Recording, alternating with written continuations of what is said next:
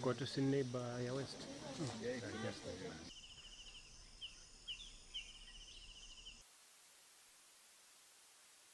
Kama kuhifadhi mazingira ni jambo la maana.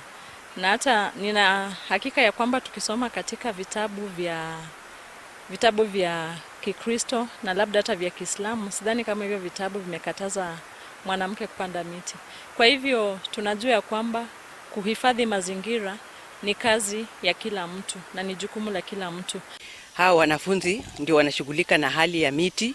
Hata hapa shule wamezipanda mingi sana na wanaendelea kupanda, na wanapeana information ya kwamba miti ni mvua.